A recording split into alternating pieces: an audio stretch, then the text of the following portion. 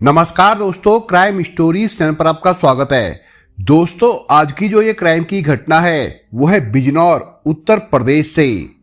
उत्तर प्रदेश के शहर बिजनौर की साकेत कॉलोनी में अपने माता पिता के साथ रह रही डॉक्टर प्रिया शर्मा 29 अक्टूबर की सुबह जल्दी जल्दी घरेलू काम निपटा रही थी। इसी बीच उसकी मां ने आवाज दी, बेटी प्रिया, मैंने पूजा कर ली है, तुम भी नहा धो लो, बाथरूम खाली है। जी मम्मी, बस 2 रोटियां और सेकनी है, पापा के लिए चाय का पानी चढ़ा दिया है, आकर देख लेना, प्रिया बोली। और हाँ देखो, आज लाल रंग वाली साड़ी पहनकर ही कॉलेज जाना, शुक्रवार है, माता रानी का दिन। मैंने लाल वाली साड़ी निकालकर तुम्हारे बेड पर रख दी है, प्रिया की माँ बोली। क्या मम्मी, तुम भी अंधविश्वास में पड़ी रहती हो? जमाना कहाँ से कहाँ चला गया और तुम लाल पीली करती रहती हो। अरे तुम नहीं समझती हो बेटी, ये अंधविश्वास नहीं है, मेरा विश्वास है। आज के दिन लाल रंग के कपड़े पहनने से माता रानी की कृपा बनी रहती है और पूरा दिन शुभ रहता है। कुछ नहीं होता उससे, प्रिया बोली। होता है, बहुत कुछ होता है, माता रानी की कृपा बनी रहती है। वैसे भी तुम्हारे लिए ये जरूरी है, मैं तुम्हारे रिश्तों के लिए ही कह रही हूँ। ऐसा करने से तुम्हारे पति के साथ बिगड़े संबंध सुधर जाएंगे। प्रिया की मां ने समझाने की कोशिश की। तुम भी ना मम्मी, बात को कहां से कहां लेकर चली जाती हो, हर बात को उसके साथ जोड़ देती हो जो नाकारा निठल्ला है, प्रिया चिढ़ती हुई बोली। अरे बेटी, ऐसा नहीं कहते, वो तुम्हारा पति है, आज नहीं तो कल कमाने लगेगा, तब सब कुछ ठीक हो जाएगा। अच्छा सुनो माँ, मैं आज कॉलेज से जल्दी लौट आऊंगी, तुम और पापा को तैयार रहना है, दिवाली की खरीदारी आज ही कर लेंगे, प्रिया बोली। हाँ बेटी, धनतेरस की खरीदारी का शुभ मुहूर्त दिन में ही शुरू हो रहा है, माँ ने कहा। फिर वही धकियानुसी बातें, मुहूर्त क्या होता है, प्रिया हंसती हुई बोली। माँ बेटी के बीच इस तरह की समझने समझाने की बातें दिन में 1-2 बार अक्सर हो ही जाती थी। प्रिया को कभी माँ की नसीहतें मिलती तो कभी प्रिया माँ की देखभाल करती हुई समय से भोजन करने और दवाई लेने के लिए समझाती। करीब 35 साल की डॉक्टर प्रिया शर्मा न केवल अपने घर में माता पिता की चहेती बनी हुई थी, बल्कि मोहल्ले में भी उसकी एक खास पहचान थी। वो उत्तर प्रदेश के बिजनौर शहर में आरबीडी डिग्री कॉलेज की प्रवक्ता जो थी, उसने अंग्रेजी विषय में पीएचडी की थी। प्रवक्ता की नौकरी यूजीसी की बेहद मुश्किल परीक्षा पास करने के बाद मिली थी। 3 साल पहले ही उसकी कमल शर्मा नाम के व्यक्ति से शादी हुई थी, लेकिन महीनों से वो अपने पिता गणेश दत्त शर्मा और माता रुक्मणी शर्मा के साथ रह रही थी। इसकी एक अलग कहानी है। डॉक्टर प्रिया शर्मा कॉलेज जाने के लिए तैयार हो चुकी थी। उसने लंच रख लिया था, खुद भी नाश्ता कर लिया था। इससे पहले डाइनिंग टेबल पर पेरेंट्स के लिए सभी जरूरी चीजें रख दी थी। उनके लिए अलग अलग प्लेटें, पानी का जग और 2 गिलास रख दिए थे। खाने का सामान भी वहीं पर रख दिया था। माँ के लिए फल भी काट दिए थे। सब कुछ समय से हो गया था। माँ पिता को आवाज लगाती हुई दरवाजे के पास सैंडल पहन वो घर के मुख्य दरवाजे से बाहर निकल गई थी।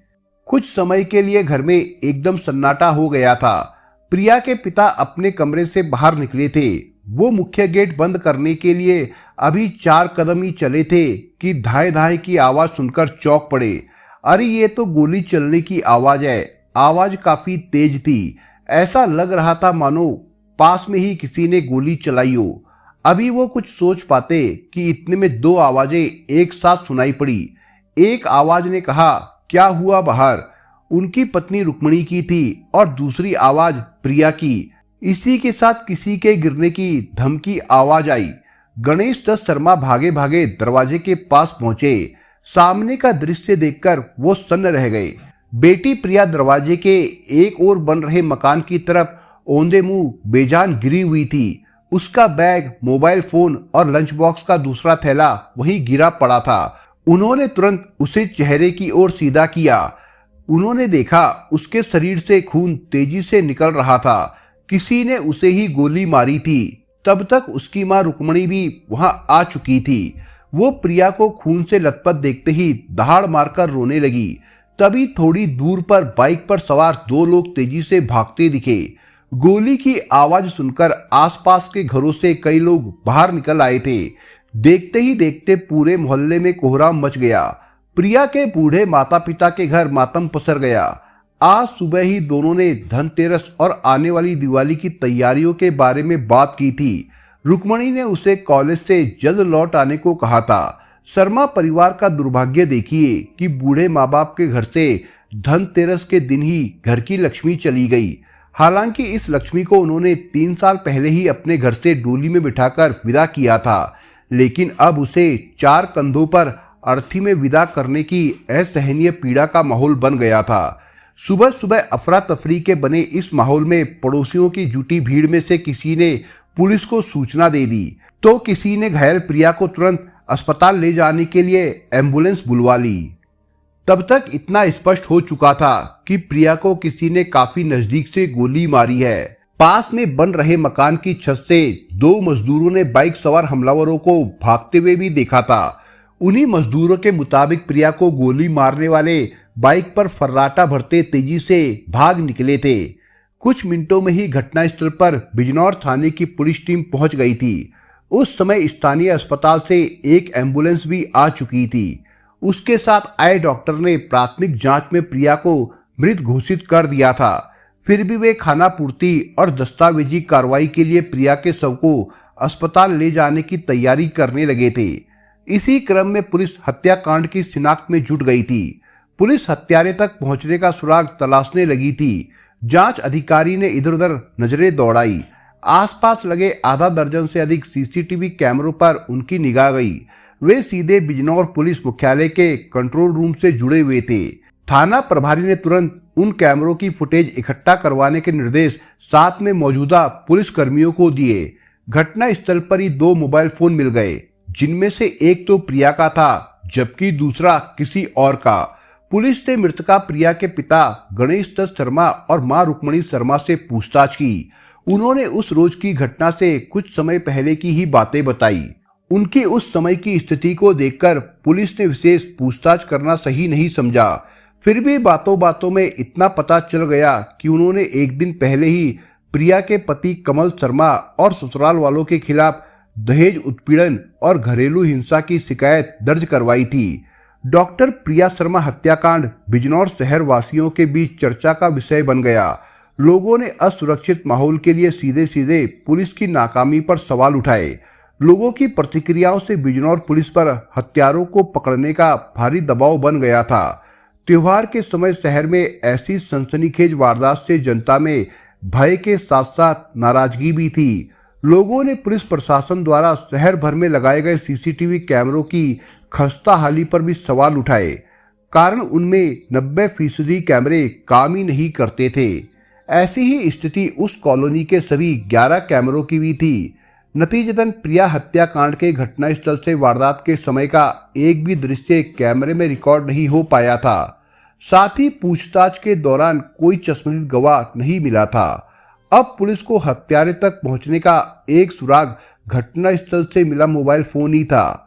मीडिया में इन बातों को लेकर लगातार पुलिस प्रशासन की छिछालेदार हो रही थी। इस दबाव के चलते पुलिस ने अपनी दबिश और चेकिंग तेज कर दी थी। हालांकि त्योहार की वजह से पूरे शहर में हर नाके गली पर पुलिस की चेकिंग पहले से ही चल रही थी। शहर की कोतवाली पुलिस विदुरकुटी चांदपुर रोड पर चेकिंग कर रही थी। वहीं पर पुलिस ने एक बाइक पर सवार 2 लोगों को रुकने का इशारा किया, मगर वे भागने की कोशिश करने लगे। उनमें से एक सवार ने पुलिस के ऊपर फायरिंग भी कर दी। पुलिस ने अपनी बाइक उसके पीछे दौड़ा दी और जवाबी फायरिंग की। पुलिस से हुई मुठभेड़ में एक बाइक सवार गिरफ्तार हो गया, जबकि दूसरा भागने में सफल रहा। पकड़े गए युवक के साथ एक सिपाही मोनू भी जख्मी हो गया था, जिसे जिला अस्पताल में भर्ती करवा दिया गया। प्राथमिक उपचार के बाद पूछताछ की गई। उसने अपना नाम राजू बताते हुए मुरादाबाद के थाना अंतर्गत मजोला का निवासी बताया। उसका फरार साथी गोलू मुरादाबाद में कांसीराम कॉलोनी का रहने वाला था। राजू से गहन पूछताछ में डॉक्टर प्रिया शर्मा हत्या का राज भी खुल गया। राजू ने पुलिस को बताया कि उसे कमल शर्मा ने प्रिया को मारने के लिए 5.5 लाख रुपए की सुपारी दी थी। वो और उसका साथी गोलू शार्प शूटर है। उन्होंने ही प्रिया की गोली मारकर हत्या की है। इसी के साथ पकड़े गए बदमाश राजू ने पुलिस को बताया कि वे 3 लोग चांदपुर जा रहे थे। किसी काम की वजह से अचानक उनके साथ आया छोटू बिजनौर में रुक गया था। मुठभेड़ के समय बाइक गोलू चला रहा था, जबकि उसने पुलिस को डराने के लिए फायरिंग कर दी थी। संयोग से बाइक फिसल गई थी और नीचे गिर गया था। गोलू ने बाइक संभाली, लेकिन वो उस पर सवार नहीं हो पाया था। कारण तब तक पुलिस की गोली उसके पैर में लगने से वो जख्मी हो गया था। चांदपुर जाने के बारे में पूछने पर राजू ने बताया कि उन्हें प्रिया की हत्या के बाद उसके जीजा ब्रिजेश कौशिक को मारने की भी सुपारी मिली थी। उसी के लिए दोनों चांदपुर कमल शर्मा के पास जा रहे थे। अब प्रिया हत्याकांड की तहकीकात कर रही बिजनौर पुलिस के सामने तस्वीर साफ हो गई थी। उन्होंने बगैर समय गवाए डॉक्टर प्रिया के पति कमलदत्त शर्मा को उसके खिलाफ पहले से दर्ज की गई रिपोर्ट के आधार पर हिरासत में ले लिया। राजू के बयान के मुताबिक डॉक्टर प्रिया शर्मा के पति कमलदत्त शर्मा ने ही हत्या की साजिश रची थी।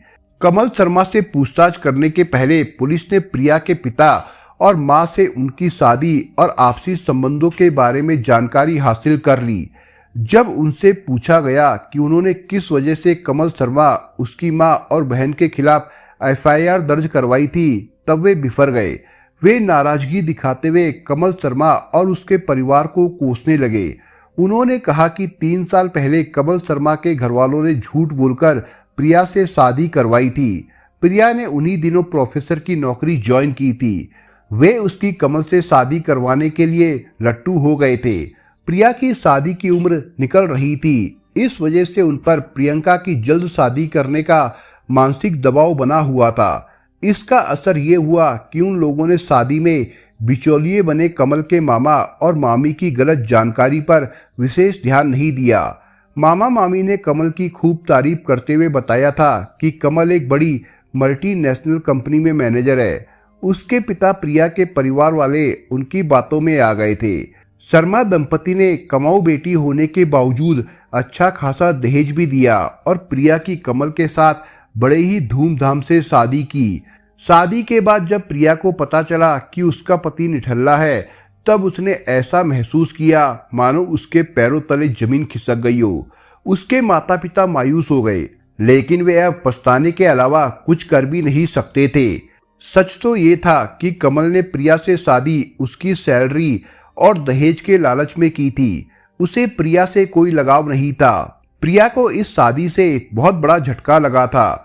वो बुरी तरह से टूट गई थी। फिर भी वो किसी तरह 3 साल तक पति, सास और ननद से रिश्ता निभाती रही। प्रिया के लिए कमल किसी मुसीबत से कम नहीं था। वो लगातार दहेज में और अधिक पैसे की मांग करता रहता था। प्रिया के माता पिता जब तक थोड़ा थोड़ा पैसा दे दिया करते थे ताकि दामाद शांत रहे और बेटी का घर अच्छी तरह से बस जाए, जबकि कमल का लालच बढ़ता ही जा रहा था। हद तो तब हो गई जब उसने प्रिया से अपने माता पिता का मकान बेचकर पैसा देने का दबाव बनाना शुरू कर दिया। इस वजह से प्रिया और कमल के बीच अनबन होने लगी। बात बात पर घर में तकरार की स्थिति बन गई। प्रिया को न केवल उसका पति बल्कि सास और ननद की तीखी बातें सुननी पड़ती थी। कमल के लिए प्रिया केवल सोने का अंडा देने वाली मुर्गी जैसी थी। उसके वेतन के पैसे पर वो मौज मस्ती करने लगा था। प्रिया के पिता गणेश दत्त शर्मा ने बताया कि जनवरी 2021 में कमल के घरवालों ने मांग पूरी नहीं होने पर प्रिया को घर से निकाल दिया। उसके बाद से प्रिया अपने मायके में आकर रहने लगी थी। मायके में रहते हुए प्रिया अपने कॉलेज पढ़ाने जाती थी और सीधा घर लौटती थी। कहने को तो वो ससुराल से निकाल दी गई थी, लेकिन कमल से उसका पीछा नहीं छूटा था। इस बारे में प्रियंका ने कई बार अपनी मां को सारी बातें बताई थी कि वो किस तरह उसे कॉलेज आते जाते रास्ते में ही रोक लिया करता था। बीच रास्ते में ही उससे पैसे की मांग कर बैठता था।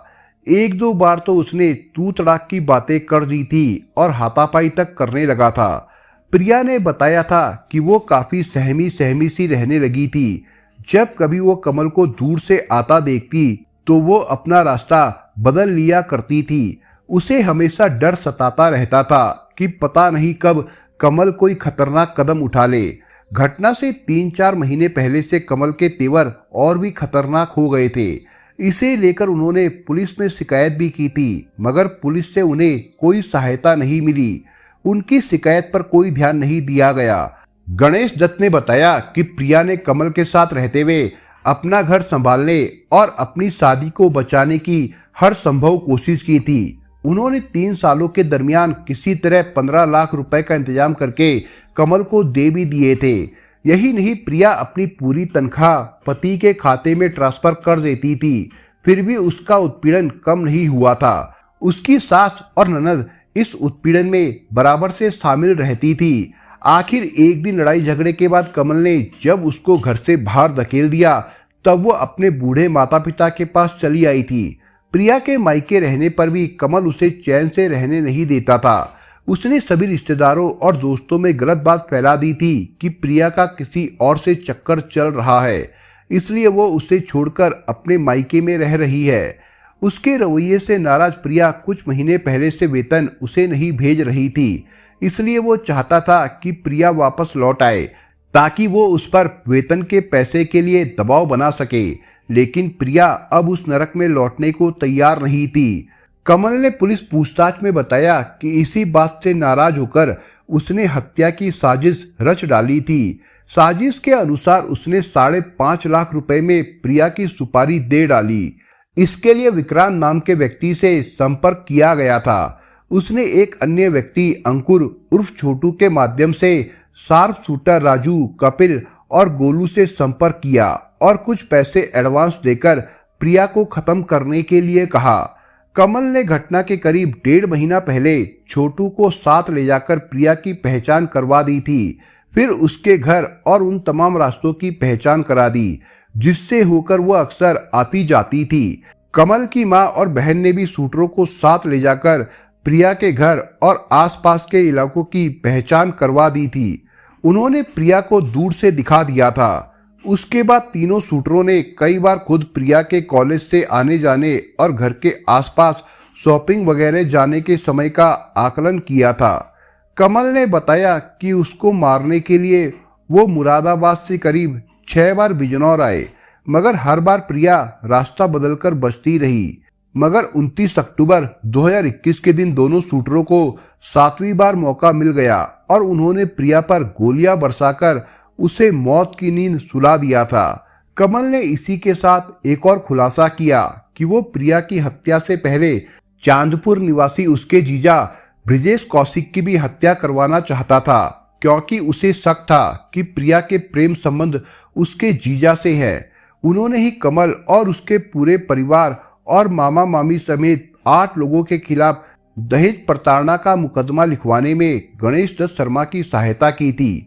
इसकी पुष्टि पुलिस ने की। इसके लिए उन्होंने अपने साथियों के साथ कई बार कोशिश भी की, लेकिन सफलता नहीं मिल पाई।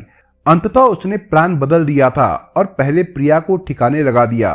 कमल ने शूटरों को सुपारी के पैसे के अलावा 12 लाख और देने का वादा किया था। ब्रिजेश कौशिक तक पहुंचने से पहले ही शूटर पकड़े गए। कमल शर्मा के पिता का 18 साल पहले निधन हो चुका था। वह अपनी मां वर्षा दत्त शर्मा और बहन डॉली के साथ रहता था। पुलिस ने कमल शर्मा के बाद उसकी मां और बहन को भी दहेज हत्या के आरोप में गिरफ्तार करके कोर्ट में पेश किया, जहां से सभी को जेल भेज दिया गया था। दोस्तों, आप अगर चैनल पर नए हो तो आप चैनल को सब्सक्राइब करने के साथ कमेंट बॉक्स में इस कहानी के बारे में अपने विचार जरूर लिखिएगा।